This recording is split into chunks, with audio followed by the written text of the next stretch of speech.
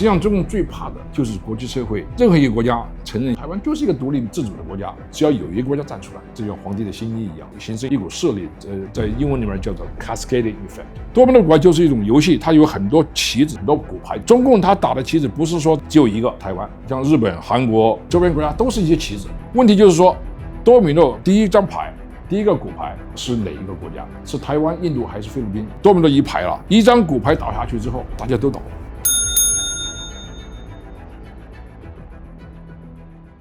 你不一定非得要考虑到战争打响起来才能够去争取国际上的承认。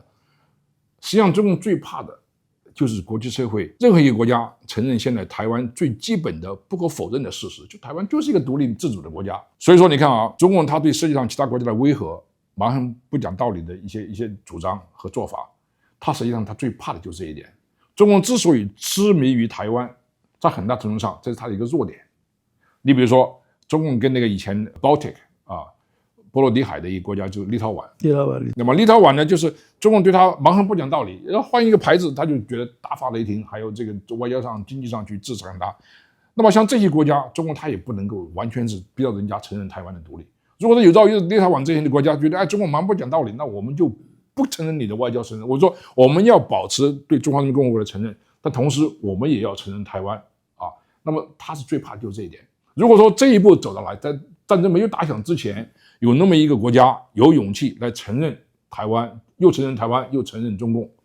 那么这就会形成一个趋势。我想在这种情况下，不只是那么一个小国家。实际上很多国家都会意识到这一点，所以说这个呢，中共他最怕的就是这一点。所以你当然战争的时候呢，打响之后呢，承认台湾，当然这是一个很好的计策。但这个呢，也不见得就是说那么新奇。美国有一个这个很重要的一个智库叫里根研究所 （Reagan Institute）， 大概1年还是2年以前做过一个民调，他说调查很多美国人，如果说中共武力侵犯台湾，美国政府是不是应该承认台湾作为一个主权独立的国家？76%的人都说可以。美国民主社会嘛，这很公开的，所以说它有这个民意的基础。如果中共侵犯台湾，那就违背了美国反对任何一方用武力来解决改变现状的一个承诺。到美国它有很多政策的选项，包括承认台湾，这都可以的，这完全是可能的。所以说我最根本的目的，美国就是要防止战争。所以说这个而这种问题呢，这个中共它的用武力威吓邻国，它不仅是台湾，周边的国家都有这个问题，所以说，这个问题呢，我觉得不是那么复杂不一定非得等到战争发生之后才做这种政治的诉求。会不会如果台湾讲说，你中共如果对我动武，我就可能呢有很多国家会承认我是独立国家那么这样如果推动这种工作会不会有一些个遏制中共对台湾的动武？就台湾现在不宣布独立，是因为就不想跟你这个作战嘛，对不对？可是如果说我们做这样容忍明明说独立国家，我容忍我不讲，你如果是对我动武，我就宣布我是独立的，那么这种策略对中共是不是有威吓的作用？就是说完全没有阻吓的作用的也不对。怎么解释呢？就是说中共他的这个台湾问题政策，他有一个盲点，他觉得台湾就是中美问题的一个关键，美国说什么台湾就跟着什么。实际上你要讲的这些东西不是说美国承认不承认你的问题，而是全世界其他的国家，全世界有200多个国家，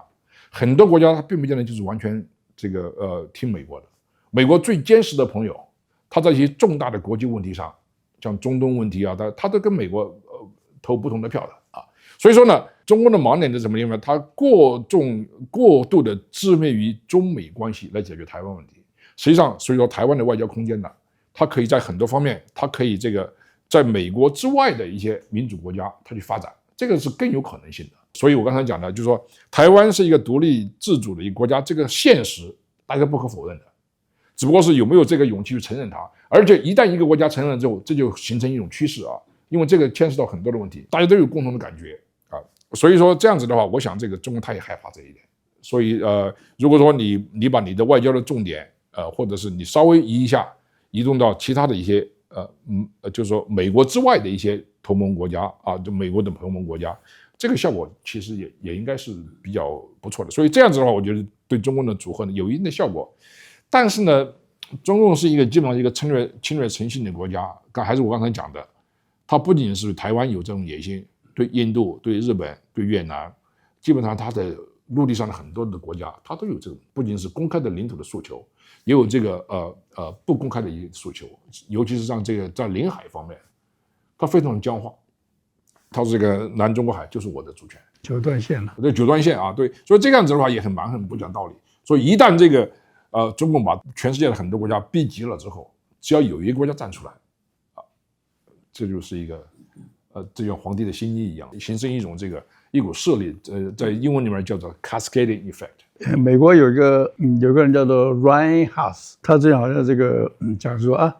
台湾现在对美国不了解啊，所以台湾意思说是现在还在讲什么那个骨牌理论，像最这个台湾陆委会邱垂正主委跑到华府演讲啊，所以讲说这个骨牌效应，这个 Ryan Haas 就说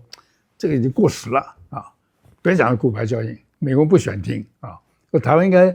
多讲点这个好像美国选听的话。您对这有什么看法 ？Ryan 是个好朋友了，但 Ryan 在很多问题上，尤其台湾问题上也是很过时的。他说这个邱志伟没有了解美国，我觉得 Ryan 不了解美国，因为什么呢 ？Ryan 所在的这个智库是布鲁金斯学会 （Brookings Institute），Brookings 是美国左的，他是民主党的成员。邱志伟讲的东西都对的，因为什么呢？他这个像 Brookings 这些机构，他不可能真正了解川普政府的一些基本的治国的和国际政策。邱志伟讲的骨牌效应，这个是个事实，并没有过时。因为什么呢？还是我刚才讲的，这个什么叫多米诺骨牌呢？多米诺骨牌就是一种游戏，它有很多棋子在里面，很多骨牌在里面中共他打的棋子不是说这个只有一个台湾，像日本、韩国这个周边国家都是一些棋子。你看，比如说中共他跟印度的关系非常紧张，跟菲律宾的关系非常紧张。如果说这个在这个亚太地区战争打起来，不是中国和台湾之间，而是中国跟印度或者中国跟菲律宾之间，不应该有任何的奇怪的地方，因为它就这样。那么问题就是说，多米诺第一张牌，第一个骨牌是哪一个国家？是台湾、印度还是菲律宾？那么这个东西呢，多米诺一牌了，一张骨牌倒下去之后，大家都倒了，这就是多米诺骨牌的原理。这东西呢，不是这个天方夜谭。所以说，这个 Ryan 讲的东西呢，他很过时，他不懂得这个多米诺骨牌，因为中共他面临的是一大批国家，很多棋子，一个倒下去之后，大家都会感到安慰。所以说，你看中共对台湾的威胁，实际上感觉很紧张的，像菲律宾日本这个印度他都感觉有这个问题，因为中共打了第一枪之后，他可能有第二枪、第三枪、第四枪，对于他们自己。所以说，这个多米诺骨牌的理论并没有过时，而且是非常现实的一个东西。这个东西呢，不仅仅是这个布鲁金斯学会没有认识到，实际上很多其他的周边国家都认识到了。日本说台湾有事就说我们有事那么印度也是这样。所以你看，印度跟台湾之间的关系，它也有很多这个相似的地方，它也有一定的互动菲律宾更不用说了。你看最积极反对中共侵犯台湾的一些国家，当然不明说了，但是就是这些受到中共共同威胁的国家，像菲律宾它向美国提供这个军事基地使用权，美国的一些这个反制的一些武器都部署在菲律宾日本更不用说了。所以说这个总的来讲，就是说一旦一张牌倒下了，下面都会倒，这就他是再也明白不过的道理了。所以我倒不觉得这个邱志伟讲的话有什么错误，而且他讲的非常正确。台湾有时候就是喜欢把这个美国人或者是号称自己的智库讲什么就很多人就放大解读好像很重视。曹先生我是美国一个主要智库的一个中国问题的负责人，我知道美国智库这个眼花缭乱各种各样的东西，但是你要看准他这个智库的基本的这个政策倾向是什么地方尤其是党派的属性是什么地方。所以说你不要老去找没有这个掌权的这些人士来讲一个问题。再有一点，我对我的同事当然非常尊重但是有一点就是绝大部分的搞中国问题的华盛顿的一些智库的人士，他们基本上都是从外交政策角度来看这个问题，就是 foreign policy、foreign relations。在美国，我最忌讳的一个词就是关系外交关系外交政策，因为政策它没有一种长远的这个战略的眼光，政策就是非常临时性的，一个总统就可以换一个政策所以 policy 不是很重要的 ，doctrine 很重要，原理很重要，宣言是都很重要。那么另外一个呢，就是这个关系啊，这个关系是什么呢？就是夫妻关系、国家关系，大家都讲和平，不要惹是生非啊，平平稳稳过日子就行了。这个不是一个很健康的国与国之间的关系。如果说一方专门要挑衅、专门要打仗，那你就不应该总强调关系，你要强调应对措施。所以说，川普先生他这个头一届和这一届，他主要的战略重点，他不是强调关系，而是强调阻吓、吓阻 （deterrence）。他就用美国的强大的经济、军事、政治的力量，来防止破坏和平的人发动这个战争，挑起这个不安定的这个局势。所以说呢，这就是问题的关键。我觉得华盛顿最缺少的就是这些了解美国战略底层的这些原理的这些人，大家都是搞外交关系出身的，这个东西我觉得也不见得完全是坏事情，但是总觉得看不到这个事情的本质。我们现在台湾就是你看什么评论啊？你看是哪家报纸或哪个单位出来的，就很知道说他是偏哪个方面的。不过这方面就是说，对美国这些发表评论啊，台湾可能都不太清楚。那么他是有没有真的说讲到要点啊，或者他只是自己很主观的意见？这个台湾这方面判断也是比较差。曹先生讲的很有道理，因为你是台湾爱国人士。但是我都觉得还有一点啊，就是说除了这个之外，我并不觉得台湾的人他不明白，台湾人明白的很多，美国人明白的很多。关键在于这个研究这些问题的人，他本身的政治立场是什么样子。台湾也有很多这个不是完完全全跟美国共和党的理念合在一起的，台湾也有很多不见得跟美国民主党的这个意见完全吻合的。所以说你要看台湾人什么人讲什么话，还有一个很重要的就是他们是以什么学科出身的，搞政治学的都是比他的看法不一样，搞历史学的他不一样，经济学的他也不一样。所以这样子的话，你要有一种综合的平衡，才能够正确把握这个脉搏。就是这个中医比较喜欢看脉搏啊，美国的脉搏是实际上很清楚的，关键就是你看什么样子。如果说美国进行了这个刚刚进行了一个锻炼身体跑步跑了5英里，然后你再想摸它脉搏啊，美国心跳很快啊，这有问题啊，这个东西不对。你要看看它的这个平均值啊，看看它这个美国这个国家它的政策它运作的最基本的地方在什么地方。而这个呢，我觉得大家需要下一定的功夫啊。我在台湾去了最近因为工作的关系去了很多次啊，见到了很多有识之士，实际上他们对美国也是很了解的。关键问题就是他们是用什么角度来看美国？我觉得他们有些人呢有偏差，有些人还是很准的所以这个台湾它是一个民主开放的社会，言论开放，什么样的人都有。还是以前我在台湾有一次电视这样说的，台湾的舆论很多五花八门，有这个高论，有怪论，有谬论啊，这样大家关键叫区分这样子的话才能够把握脉搏。作为政府官员来讲，我觉得台湾像邱志伟这些他讲的话实际上是很正确的，但是不要因为美国某一个不怎么这个正确的这些智库对你的批评而灰心丧气。事实上呢，台湾有些人跑到那个美国来讲话也是乱七八糟的，就像那个龙应台，他以前做台湾的文化部长啊，每天现在讲的就是意思说，哎，你要意思就是说你要和平啊，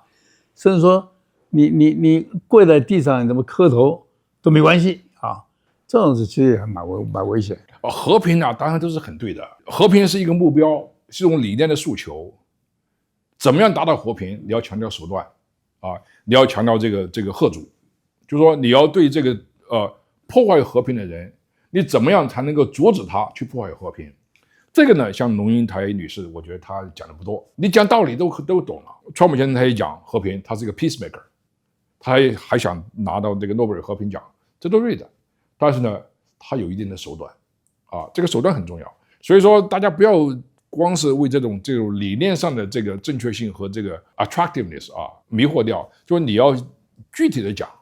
怎么样才去这个能够达到和平？你要老跟中共讲这个和平，他最喜欢听就是这个。赖先生，你讲一句话你就破坏和平，那就没完没了。所以你要认清这个侵略者的本性，你也跟他讲和平。希特勒是最喜欢讲和平的，他在侵略波兰之前，他讲了很多和平的东西，这个东西也迷惑不了人。所以说，这个普京也是他觉得他是一个和平的制造者。他觉得乌克兰是一个这个 troublemaker 所以我觉得讲这些东西要有一种现实感，最重要的一个东西还要想方设法去多讲一些怎么样用最有效的方式去阻止破坏和平的人去破坏和平。很好，我们今天的呢，很感谢于博士到我们节目来啊，聊了很多重要的一个问题。那我这次到美国来，我们还有很多时间可以见面嘛。下次还有其他问题，随时跟你请教。不用请教，不用请教，我是也从你那学了很多东西。对对。那今天我们就聊到这，好吧？谢谢大家。